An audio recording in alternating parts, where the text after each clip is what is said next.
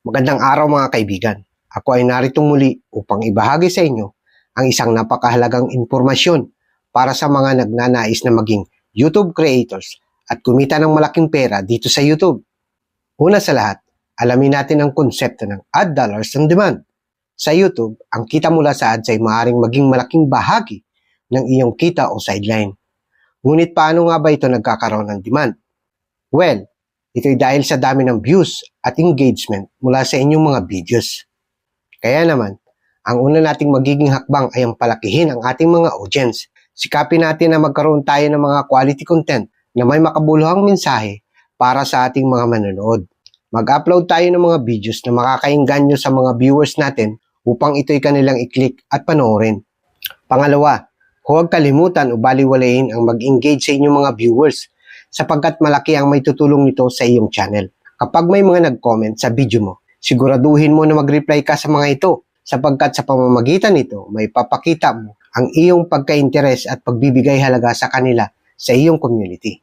Pangatlo, ang pag-subscribe ay napakahalaga din kaibigan.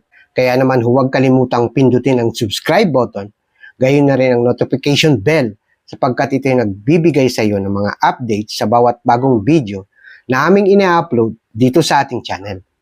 Ngayon, paano tayo kikita mula sa ads ng YouTube? Ang Google AdSense ay isang tool na maaaring magtakda ng mga ads sa iyong mga video.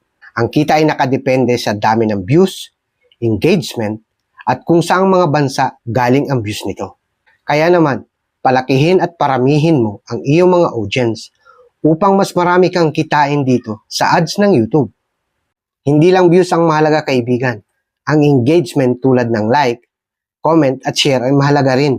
Sa pamamagitan nito, na ipapakita mo na ikaw ay aktibo sa iyong community at pwede pa nitong mas palakihin pa ang iyong kita. Hindi mo rin dapat nakalimutan na maging consistent sa iyong pag-upload. Magkaroon ka ng isang regular na schedule para sa pag-upload ng mga video mo. Ito ay nagpapakita ng iyong commitment sa iyong mga audience.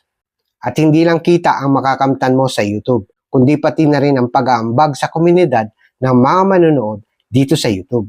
Kaya naman huwag kalimutang mag-like, mag-comment, mag-subscribe at i-click ang notification bell para lagi kang updated sa mga bagong impormasyon kaibigan. At huwag rin kalimutan kaibigan na mag-share ng iyong mga idea at experience sa comment section. At ngayon naman mga kaibigan, tutukan natin ang ilan pang mga tip para mas palaguin pa ang iyong kita dito sa YouTube. Isang malagang hakbangin ay ang paggamit ng SEO o Search Engine Optimization. Ito ay upang mas madaling mahanap ang iyong mga video sa search result kung kaya't importante rin na ma-optimize ang mga video mo sa SEO. Huwag kalimutang isama ang mga relevant keywords sa iyong video title, video description at tags upang ito ay maging fully optimized sa SEO. At sure na magkakaroon ka dyan ng mga organic views kaibigan. At kung nais mo ring mas palakihin pa ang iyong income dito sa online, huwag matakot na mag-explore ng iba't ibang revenue streams tulad ng sponsorships, memberships, merchandise, crowdfunding o samahan mo na rin ng affiliate marketing. Ito ay ilan lamang sa mga paraan para mas lalo pang mapalaki ang iyong income mula sa passion mo. Huwag rin natin kalimutan ang pagtutok sa analytics. Dito mo makikita ang performance ng channel mo o ng mga video mo. Kung kaya't gamitin mo ang YouTube Analytics upang malaman mo na kung anong mga videos ang nagpe-perform ng maganda at kung paano mo mas mapapabuti pa ang mga content o videos mo para sa mas maraming views at engagement. The more views and engagement means more revenue kaibigan. At sa huli, ang pagkakaroon ng malasakit sa iyong mga audience ay napakalaga. Alamin mo ang kanilang mga interest at feedback sapagkat makakakuha ka ng idea sa mga ito para sa susunod mong mga video.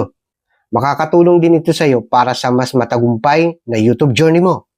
Sa ganitong paraan mga kaibigan, magkakaroon kayo ng ad dollars on demand na maaari ninyong gamitin para mas palaguin pa ang inyong kita dito sa YouTube. Huwag din kalimutang i-share ang mga videos mo sa iba't ibang social media platforms para mas marami pang makakita o makapanood dito.